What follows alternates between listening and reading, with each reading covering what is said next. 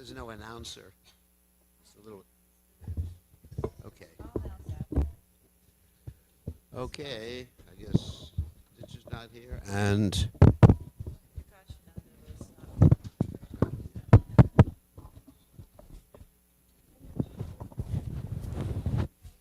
Hey.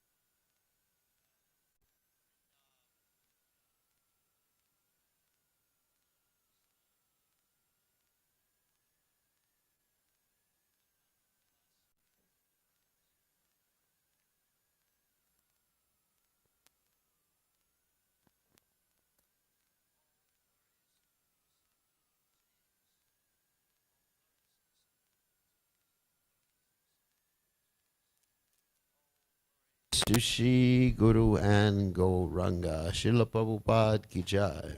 Nama Om Vishnu Padaya Krishna Prastaya Bhutale.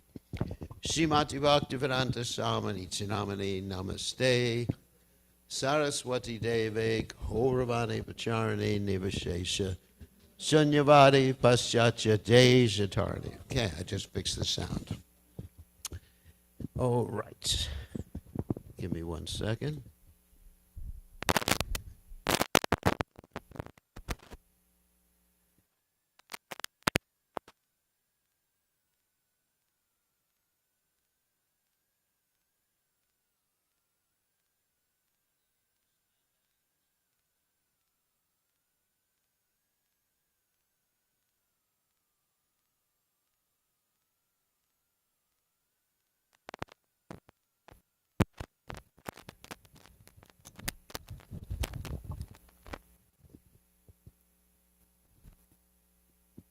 Hare Krishna. Just ask for your patience. Should be working now, yeah. Okay. Great. See, sannyasi has to be able to do everything. All right.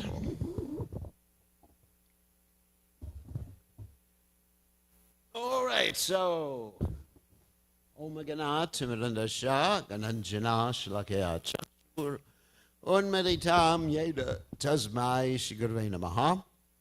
I offer my respectful obeisances unto the lotus feet of my spiritual master, His Divine Grace, A.C. Bhaktivedanta Swami Srila Prabhupada, who so kindly opened my eyes with the torchlight of knowledge while I was blinded in the darkness of ignorance. So tonight, I promise you I'm going to tell the story, a very interesting story, about a man named Puranjana, who never existed.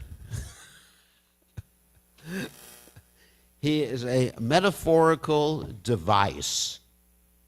What I mean by metaphorical device?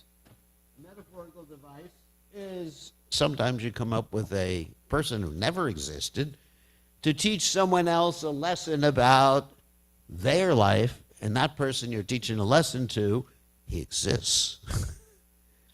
And that person who you're using as an example doesn't exist, because the person who you're trying to teach a lesson to would feel too threatened if you told them directly. You ever have that experience?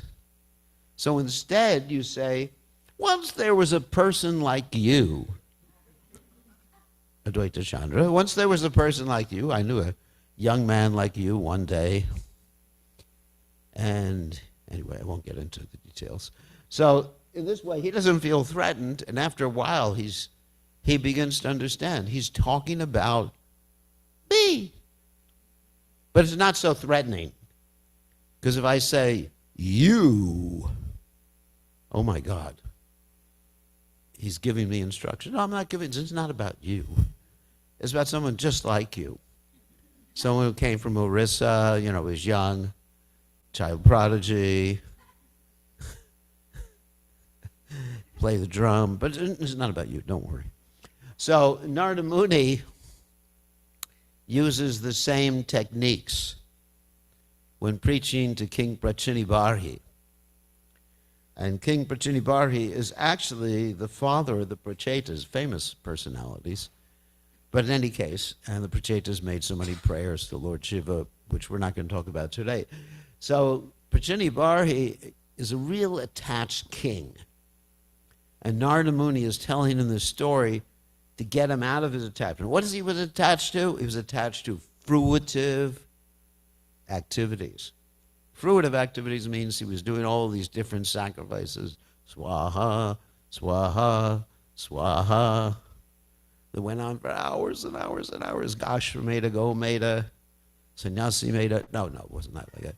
So anyway, so he was doing all these sacrifices and just thinking, I got to get a bigger kingdom. I'm attached to the fruits. I want to control more. I want to control my wife. All these things he was thinking. That's why he was doing the sacrifice. So anyway, and his kids weren't around to tell him, hey, Dad, cool it, because they were all performing austerities. So Narada Muni comes in, he thinks, I got to save this king. He's a sincere soul. He's a devotee, but he has all these attachments. He got entangled. And sometimes it happens like that. If you're a sincere devotee, you start dealing with things in the material energy, and wow, this is nice. This computer is nice. This car is nice. One gets entangled like that. So, and then thinks, oh, all these things are nice in this material world. So the Narada Muni was trying to help him. So he tells him this story. He says, once upon a time, king, there was a king. And his name was Puranjana. That means the person who lived in the city or the village, Pura. And this person, just a little reiterating what last week's story was about, this person lives in a city with 9 gates. 9 gates are the apertures of the body. And he has this snake that's protecting the city, and that's the heirs of life. Samana, up and out, like that, the different life heirs. So in this way, he was giving the king this metaphor to try to detach the king. All right, so Puranjana goes on his way. He's having a good time, meets his wife, Puranjani, obviously. That's a female Puranjana. Actually, Prabhupada named one of his disciples Puranjana. Oh, my God. I was just thinking, oh, my God, how could Prabhupada do that? Anyway, but Puranjana became a great devotee. But after a few things happened that we're going to be discussing tonight. So what happened is that Puranjana is living his life, having a good old time, enjoying his senses. And then along comes someone named the king of the Yavanas, along with his friends named Prajvara and Kalakanya. Kalakanya is a girl, a nice girl. That means her name literally translates as time girl. Kalakanya, time girl. So she's the time factor that takes away everything away. And previous to this, in this metaphorical story, she went to Narada Muni and tried to attract him. But because he is a devotee and absorbed in Krishna consciousness, he wasn't at all attracted, so he wasn't affected by kala, time. What does time do? It takes away kalo asmi mritu sarvaha raschaham. It takes away everything. Your youth, everything like that. I mean, recently, sometimes I go on the internet and look at these videos about longevity. You do that when you get older. So time factor. You can live for 200 years, 300 years. Anyway. And there's all these different things that we may be taking to live longer. So Prajvara means basically the fire. So that's what happens when you get older. It's not that you get on fire, but the whole body's on fire sometimes, and at the time of leaving the body, it's like a fire. And if you don't believe me, just wait. So, and the Yavana king indicates basically 2 different things. The Malecha principles, which this king Puranjana was following, he wasn't following the Vedic principles, and also indicates it's a name for Yamaraj, who's coming to take you away. He's coming to take you away. So that's Yamaraj. Okay. So once upon a time, you had these soldiers from these 3 personalities, Kalakanya, Prajvara, and Yavanaraj. They attacked Puranjana's city. Remember, the city is a metaphor for Puranjana's body.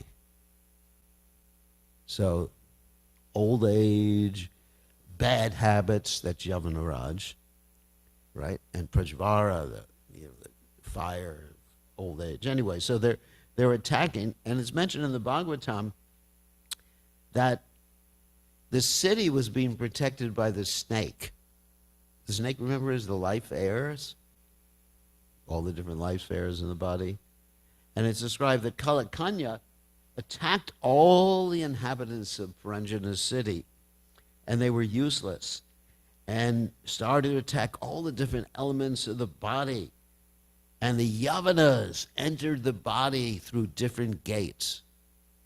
That means if you don't use your senses properly, they'll become degraded. So Yavana, as I said before, Yavana Raj, or the Yavanas who are accompanying Yavana Raj, they indicate the either Yamaraj or bad habits, sinful habits. And King Puranjana was in so much anxiety, and he started to lose all of his bodily beauty. It happens when you get old, wrinkles. Because nowadays, actually, they have plastic surgery. Doesn't work. And he was feeling so miserable. And gradually, even his children, his sons, his grandsons, his great-grandsons, and his relatives started to oppose him. Even his wife was opposing him. She no longer liked him because he started to get a little decrepit. I've actually seen that happen. I know people, and these are people from India, who treated their parents, they just actually one family I know, the parents left their son, the house in his name, and thought the son would take care of them. So they put the son and his new wife, the daughter-in-law, put him and her, the parents, inside the garage. Not only that was bad enough. Of course, they put a toilet there for them. And so when I would go to visit them, this is India. It's not Western. I'm talking about Westerns, it's bad or worse. They got so upset that a Hare Krishna devotee was going to visit their parents, they took out a restraining order so I couldn't visit them anymore. No one here in North Carolina, don't worry. This is in a different location. Like I said, in India, so took out a restraining. We don't want the Hare Krishnas around preaching to our parents. And their parents passed away in a very sad way. So anyway, this poor Puranjana was being rejected by everybody, and the objects of enjoyment that he would enjoy previously became stale because the senses are not so strong anymore. So the things you really liked, like ice cream, pakoras, pizza, right? You like those things? They become stale. They don't taste anymore. Where's the taste? And plus, you don't even have teeth to taste them with or to chew them on. So anyway, especially if one's following a sinful life, that's why Yavana Raj is there. Because then you actually lose all the sensations from your senses. If you're not taking care of your health and you're living a very sinful life, engaging in intoxication, eating, gambling, illicit sex, and everything like that. But he was still so affectionate towards his wife. She loves me, she loves me. No, she didn't. Like that thing with the flowers, she loves me not, she loves me. Well, he ended up with loves me not. And so then Prajvara, the fire, set fire to the city. And he had a younger brother, too, who was known as Bhaya, fear. So this poor Puranjana, all the citizens, that means all the citizens, this is very interesting, servants of the Lord, not the Lord, but of the king, and family members within the body were within the fire. And then it's described, here's an interesting statement. The city superintendent of police was called the serpent, became very much aggrieved to see everything being set ablaze. So the serpent, the life air, wanted to leave the body. In other words, this happens like in the final moment sometimes, that you want to leave the body, but you don't. Everything is just so painful. Anyone who studied hospice will understand what I'm talking about. And he was defeated again in his bodily strength. He tried to leave his body, and he wasn't able. And then, thinking in such a situation, instead of chanting Hare Krishna, Krishna, obviously, he started to think about all his relatives, his daughters, sons, all the different relatives, and his wife, especially his wife. He said, this is a quote, "Alas, my wife is encumbered by so many children. When I pass from this body, how will she be able to maintain all these family members?" And then he began to think of all the past, quote, loving exchanges he had with his wife. When she sat, I sat. Remember last week, the whole discussion? When she would not take her dinner, I could not take my dinner. She loved me so much, she would not take a bath until I finished my bath. Just wow, perfect marriage. And he was thinking again and again and worried about his sons and daughters who were so dependent on him and lamenting. In the meantime, the Yavanas took him out of his body, or Yamaraj at this particular point. Yavana means Yamaraj at this point. And all of his followers, his mind, and everything was forced to go along with him. And he was being dragged by great force by the Yamadutas, which are called Yavanas in this particular example. But he could not remember anything about his old friend, the Supersoul. Because the Supersoul is our old friend, but he could not remember.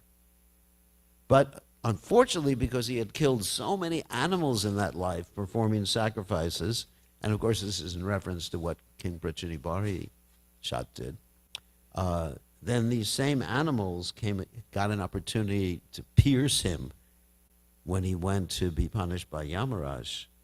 And he was feeling like he was being pierced by many, many axes, as all these axes, as these animals were attacking him. Wow, what a story. And due to his great attachment to his wife, he was remembering her at the time of death. Now, this also occurs when a wife is very attached to the husband. So what do? They switch genders. Yeah. Yam yam vapis maran bhavam yajatayante kalevram. So he became a very, very, very nice girl in his next life, after taking a vacation with Yamaraj for some time. He didn't go to Pitriloka because his family didn't really care about him, so they didn't do any pinda or anything like that. So basically, but because he had been pious, he had done sacrifices, like King Pracinabarhi had done. He actually took birth as a very, very nice girl called Vaidarbhi. And he was the daughter of a great king called Vaidarbha. And so then what happened is he got married. It was arranged. He married the king of the Pandu country. Actually, Pandu means a person who is very acknowledged or great or famous. That's the word Pandu. It's interesting. I don't know if you knew that. It means someone who is acknowledged, that is known by other people. So he marries this king Malaya Dwaja, this very great king, who was actually a great devotee of the Lord. So he had the great fortune to marry a great devotee of the Lord. I'm sorry, not he anymore. She. Sorry. It's Puranjana, but he becomes Malaya Dwaja. And not Malaya, Vaidarbhi, and he marries Malaya Dwaja. So you have to forgive me if I keep switching between he and she in the story, because it is Puranjana, and he's taken birth. as Vaidarbhi, who is a she. So anyway, so they get married and they have a lot of children. In those days, I guess they could. They were living for a long time. They had thousands and thousands of sons and daughters. Well, and their daughters got married to very famous sages like Agastya Muni. And after King Malayadwaja took care of his responsibilities and the sons took over, he actually decided to renounce the kingdom. This is the proper thing. Not like Puranjana. Puranjana didn't renounce anything. He didn't take vanaprastha. He simply stayed entangled, doing business until he was, God knows how long he was living for. Perhaps it was 80, 90, 100 years, something like a job mail. So, all right, so Malayadwaja, the king, decides, let me take vanaprastha. So he divides the kingdom amongst his sons, and his wife goes with him. Vaidarbhi, remember? Vaidarbhi previously was Puranjana. Okay, she goes with him, okay. And they go to the forest, perform austerities, and he performed a lot of austerities in this place called Kulachala. And every day he took his bath in the river and simply ate like bulbs, seeds, leaves, flowers, roots, nothing fried, nothing cooked, basically. Nice. And he underwent severe austerities and became skinny, and his wife followed him in this austere path.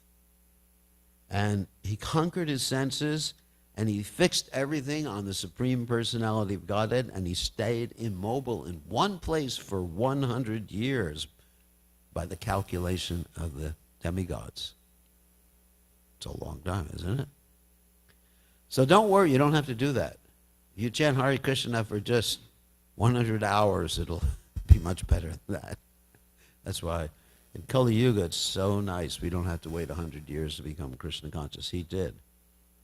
So finally, he was able to come in contact with the Supreme Personality of Godhead, and he was able to observe the Super Soul sitting by his side, and he had no separate or external interests at that particular point.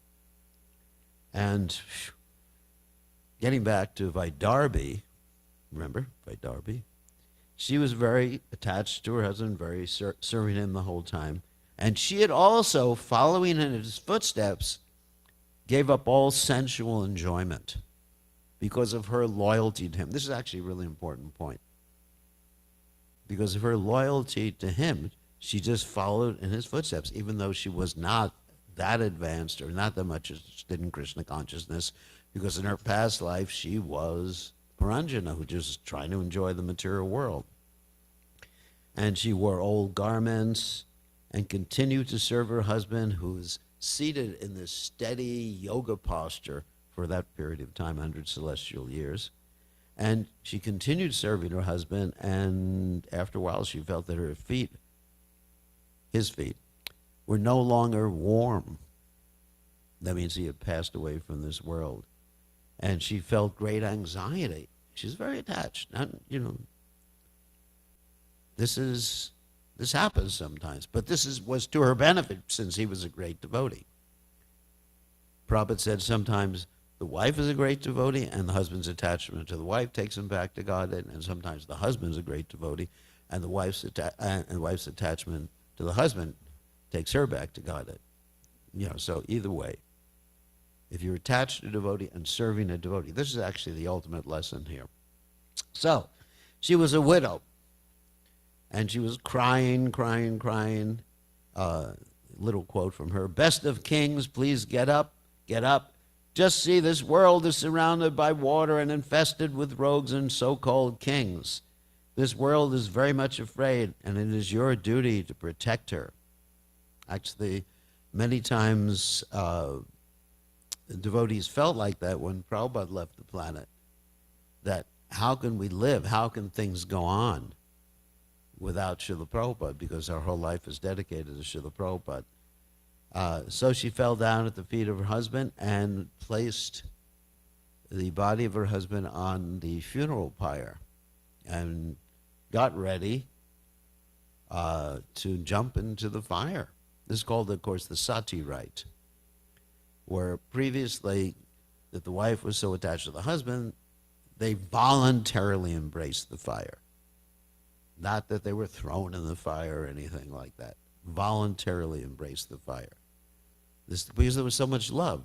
And even nowadays, of course, we don't have the sati rite nowadays, but even nowadays you find that sometimes when two people are very attached to each other, one of them may pass away before the other, whether the husband or the wife, and the other one passes away within a few days, within a few hours, because of this great love. And this is natural. In Kali Yuga, it's becoming less and less prominent, the love between people.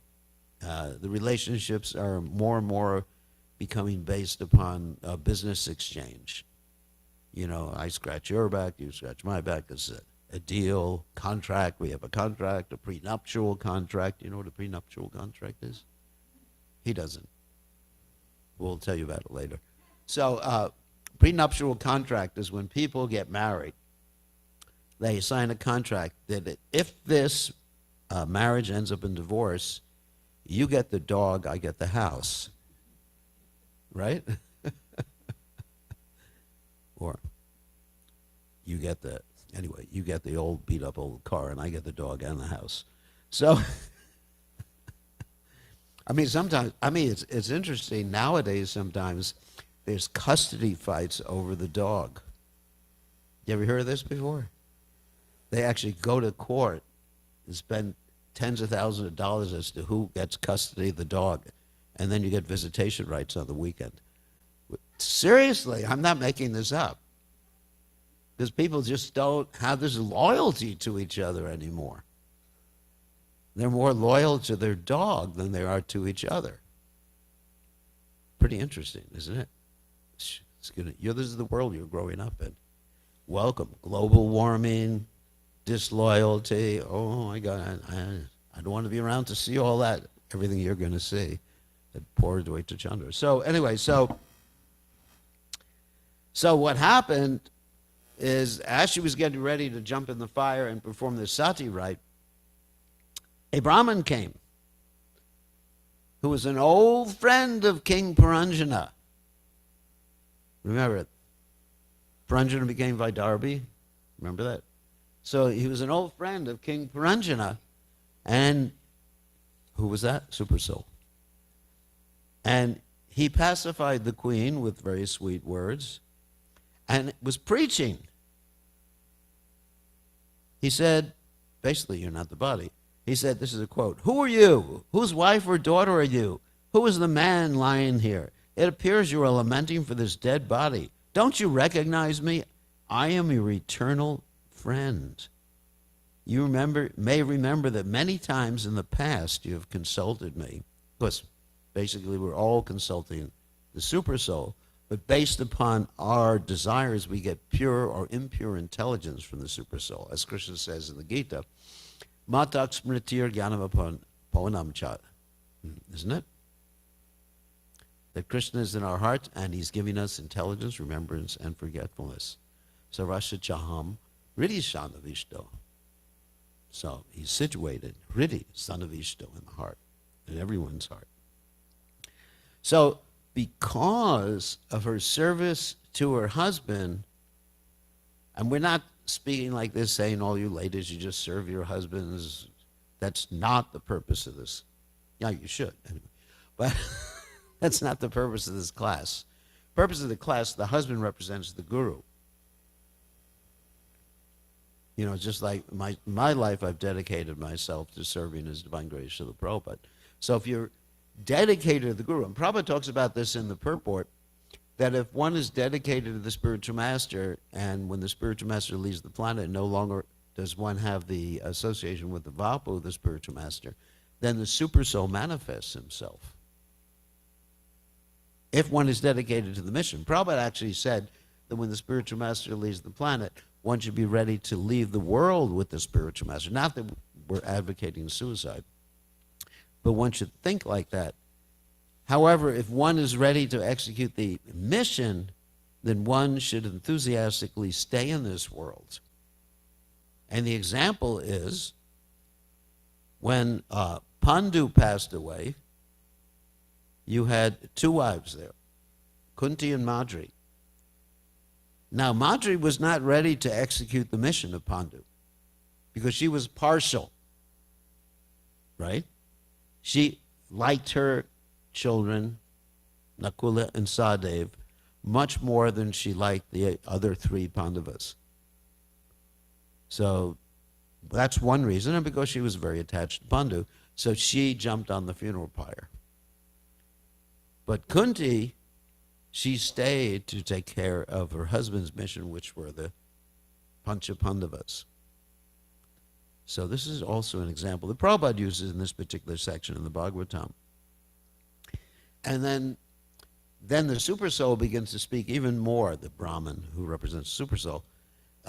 Can't you remember me? I am your very intimate friend. But you gave up my company and accepted a position as an enjoyer in this material world. So what does that mean? That means that originally we were with Krishna. I mean, I actually looked at the Sanskrit of all these different verses and analyzed them, and it actually says we gave it up. We were with Krishna, super soul. And you have been living at this place that for many thousands of years, and we, that means you, me and you, super soul, and Vaidarbhi at this particular point, who was Puranjana before, are far away from our original home. So there's the word original home in there too. Since you have left me, you have become more and more and more materialistic. And you have been trying to enjoy this material world which was created by some lady, referring to Durga. Of course, Durga is a pure devotee. She's Vaishnavi. But she actually manifests all the illusion in this world. She has her throwing potency and keeping potency. Keeping means, I think I should become a devotee of Krishna. No, she says, you have so many responsibilities. You don't have time to chant that Hare Krishna Maha Mantra. When you get old, you can chant the Hare Krishna Maha Mantra. You're just young, enjoy life. That's her throw. You know, she throws you and keeps you like that. Oh my God. And just when you're trying to get out of this material world, then the demigod sends something to keep you here. That's so it's like that.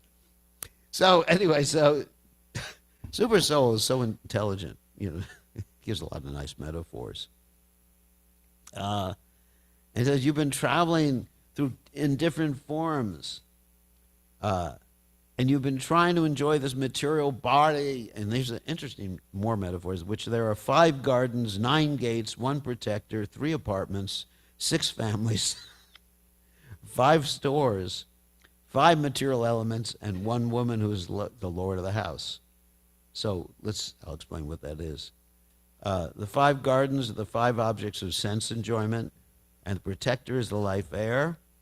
The 3 apartments are the chief ingredients, fire, water, and earth. The 6 families are the total of the mind and 5 senses. The 5 stores are the 5 working sensory organs. And the soul is a person, an enjoyer in reality. So many nice statements here. I encourage everybody, let me turn this off. I encourage everybody to read this particular section of the Bhagavatam. I'm trying to turn my messages off. Anyway. So, and then Super Soul explains, sometimes you think of yourself as a woman, sometimes as a man, sometimes as a neutral eunuch. But we are not different in quality, the Super Soul says to him. We have the same quality. Mami Vamsa Jiva Loke Jiva Bhuta Sanatana. Of course, different in quantity. So, we are like 2 swans living together in the heart. And when you see the other swan, the super soul, you again become situated in your Krishna conscious original position, which you lost due to material attraction. Again, the word is lost. And then, so this is the end of the Puranjana story. Then Narada Muni says finally he reveals to King Pracinabarhi. He says, my dear King Pracinabarhi, the Supreme Personality of Godhead, the cause of all causes, is celebrated to be known indirectly. Thus I have described the story of Puranjana to you. Actually, it is an instruction for self-realization that applies to you. So that's the story. Very interesting story, isn't it? So you can see how much is there in the Srimad Bhagavatam, how much knowledge is just compact in such a beautiful, poetic form. And we should spend our whole life studying the Bhagavatam. Bhagavatam, of course, is the Amala Purana. That means the pure Purana. And it only deals with pure devotional service. So anybody have any questions? Questions or comments? Otherwise, we can end. Questions, comments? No? Rishikesh?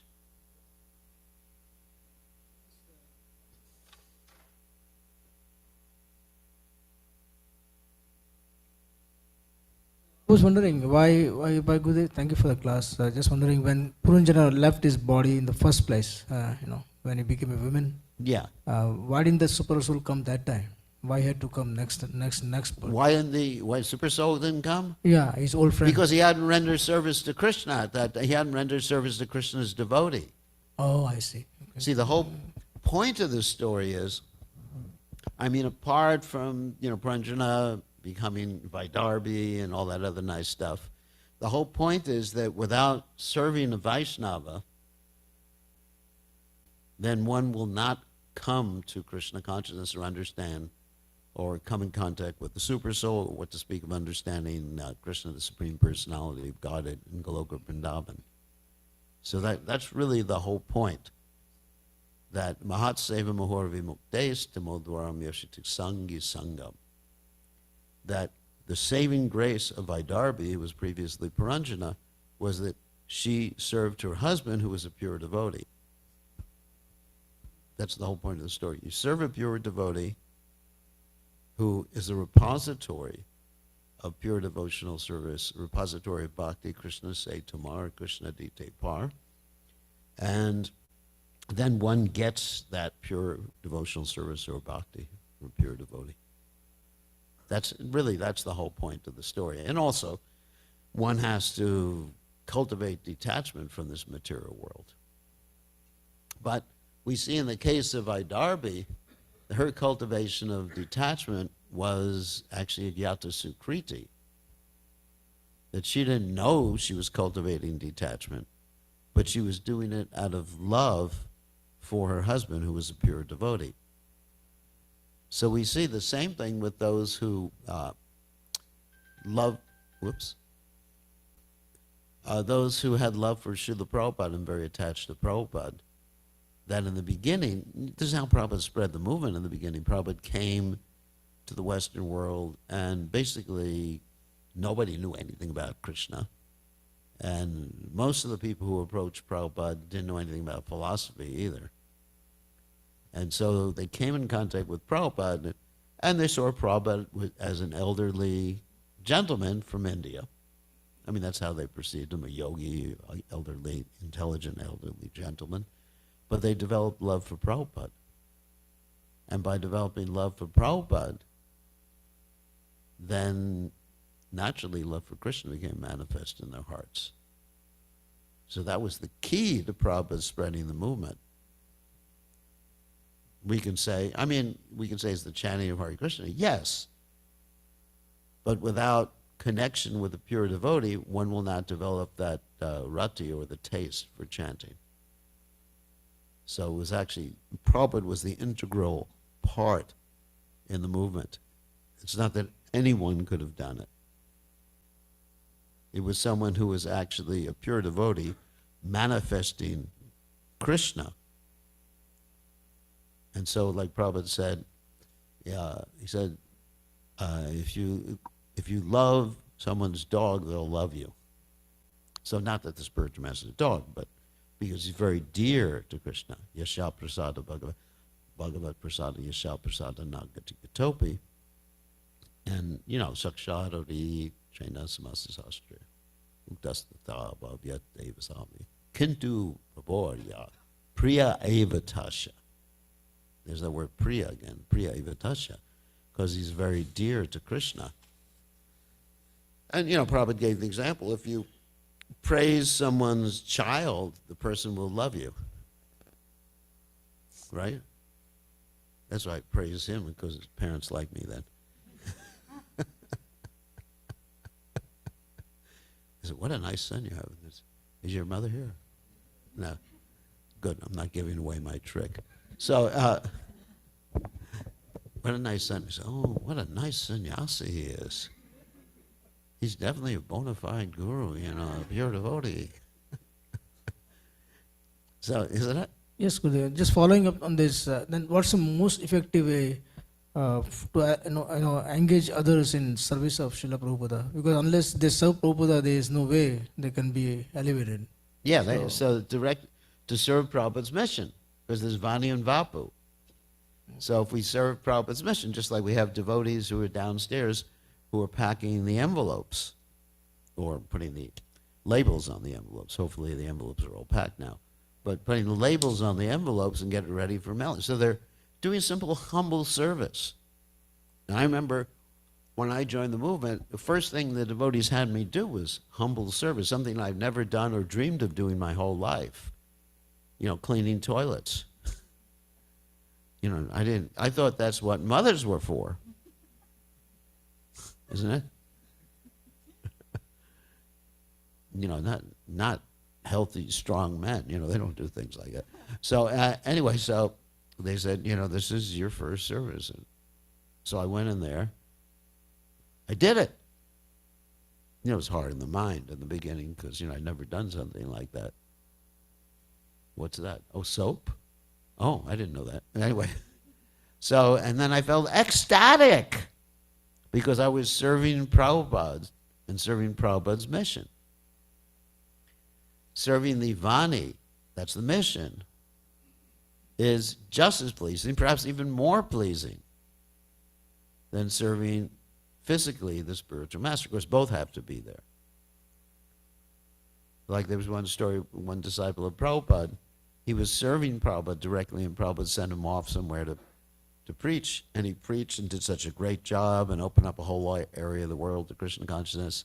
And he came back to see Prabhupada, and Prabhupada said to him, previously you were simply sitting here rotting. No, it wasn't rotting, he was serving Prabhupada. And he didn't want to leave Prabhupada to preach, but when he preached, he was empowered to spread Krishna consciousness. So really, if one serves in some humble way, or anyway, preaching, distributing books, cleaning the temple, any of these ways, then one gets the mercy of Prabhupada, the service to Prabhupada. So that's the point. Like she was serving, Vaidarbhi was serving her husband, Alayatwaja, in a very humble way. Just without any motivation. There was love there. And now she had, basically there's no indication that she had some knowledge, spiritual knowledge or anything like that. But she was serving a pure devotee. Okay. Interesting story. So any other questions? Yes. So did King Pracinabarhi, did he take that instruction and was he successful, and what was his saving grace? His saving grace was Narada Muni. Narada Muni saved him. So listening with faith. Listening with faith is also service, yeah. Shushu Shro Shradanasha Vasudeva Kata Ruchi Shan Mahatsevya Vipra Punya Tirtana Shevanat. So, reading, listening with faith. There's sound vibration. Shushu Shro Shradanasha Vasudeva Kata Ruchi Shan Mahat Mahatsevayavi Prapunyatirtana Shevanat. And he also engaged in austerities later on in devotional service too. But that's another part of the story. And his children became great devotees. I mean, they were instructed by Lord Shiva, and anyway, it's a whole story about them that comes later in the Bhagavatam. The interesting thing about Bhagavatam is filled with instructions. It's also filled with stories, and it's filled with prayers that are also instructive. You know, sometimes you have a story, then prayers, the story, and then prayers, but the prayers are just as important as the story. And everything is instructive and can be applied to ourselves. Thank you for the question. Any other questions? Krishna Gurudev, thank you for giving class. I was wondering about the part where you said Krishna is super souls giving us impure intelligence based on our desires. Right. I was thinking about how like we have conscious desires and then like subconscious desires. So how can we make sure that they're aligned and that Krishna is That's a like good towards question. the goal? Chant Hare Krishna. Simple answer. If we chant, perform devotional service, we'll become more aware. And and chant with the right desire. Try to be introspective enough. Krishna will help us become aware of what's happening in our hearts. I think Prabhupada would sometimes give the example when devotees would come to him and say that since I've been chanting Hare Krishna, all these crazy thoughts keep coming to my mind. And Prabhupada said, it's like when you're cleaning the room and you start sweeping, the dust goes up in the air, and you become more aware how dirty it was. And another example Prabhupada gave was about making ghee. When you start boiling the butter, anyone who's made ghee, there's different ways of making ghee. There's also non-boiling ways. But anyway, when you start boiling the butter, the impurities rise to the surface. I remember I used to cook, and I would make a lot of ghee, and we get these 50-pound blocks of butter, and cook it gradually, and you get these impurities, and you skim them off the surface. So one of the things that happens when you perform devotional service is you become more aware of your own impurities. When I first took up Krishna consciousness, the first week I thought I was a pure devotee. Then after a while I discovered other things. So it was like that. I was sitting around with the other brahmacharis in the ashram, and we were reading Krishna book and reading about the coward boys, and we looked at each other and said, yes, now we've realized we're all coward boys in the spiritual world. So immediate realization of our siddha deyas, not really. So it takes time, and then realization and humility and introspection. So it takes time. Oftentimes we think we're so pure, I have no other desire than to serve you, Krishna. Krishna, you may crush me by your embrace. Leave me broken-hearted by not being present before me. You can do anything you want. And then after a while, please don't.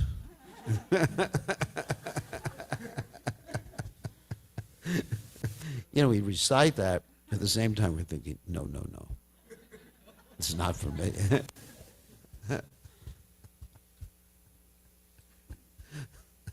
So we have to understand where we are at in devotional service. And the interesting thing is, if you look at or read the Shikshashtaka can tell you where you're at. It's like the ruler that you use to tell how tall you were when you were young. It can actually tell you what level of advancement you're at, depending on which verse you've reached.